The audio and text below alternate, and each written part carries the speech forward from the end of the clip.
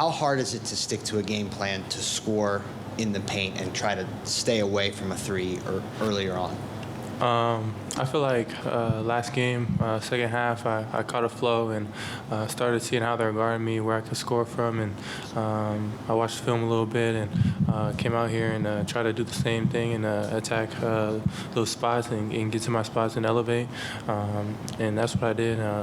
We were knocking them down, and then for the threes, I feel like getting in the paint is first option always, and then the space for the three will be even more open. So we just try to preach that as much as possible.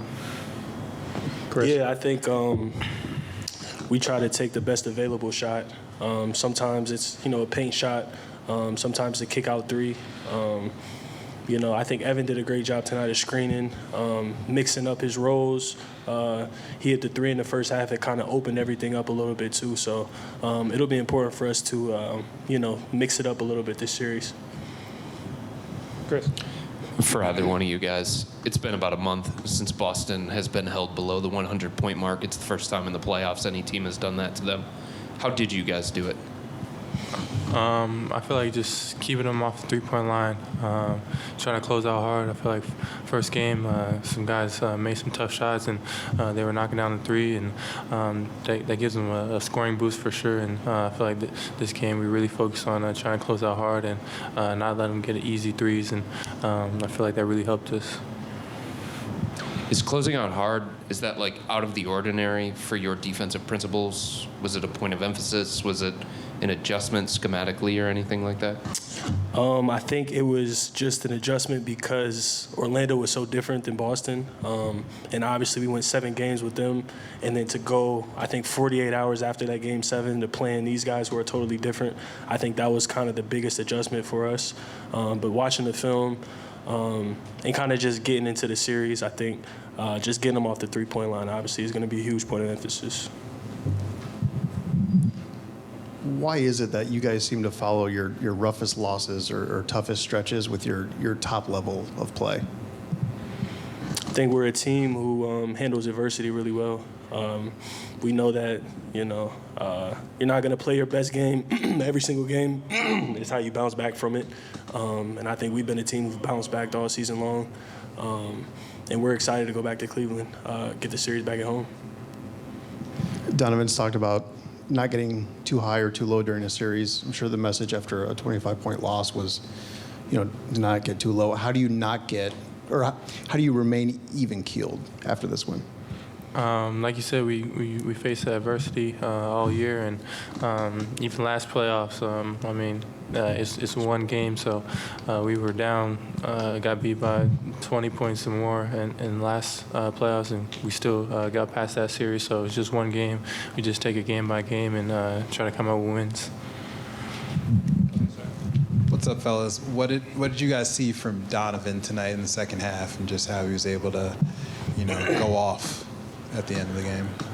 I told Don during the game, I think he did a great job of allowing everyone to get going early in the first half. And he did a great job of picking his spots in the second half and being the great player that he is. But I think that was all opened up with him sometimes just getting off the ball, letting it play second side, letting guys get downhill. And I think it just opened it up for him when he wanted to pick his spots and just be Donovan Mitchell. And it was huge for us tonight.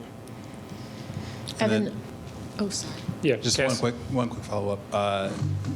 What makes Donovan so dangerous off the ball, being able to move up the ball and get open?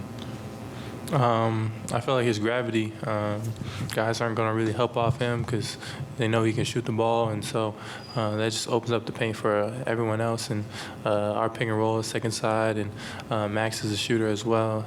It just spreads the floor out, gets our spacing right, and it just makes it easier for us. Cass? Evan, playoff career high tonight. Obviously, through the playoffs, there's growth, but how would you kind of sum up the lessons you've learned that brought you to your playoff career high tonight? You just got to keep playing the game throughout the whole entire game.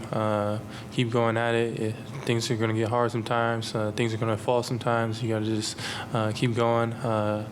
I feel like my teammates do a good job of keeping my head up and keeping my level head, and everyone building that team camaraderie. And overall, it's just like I said earlier, just keep going throughout the whole entire game.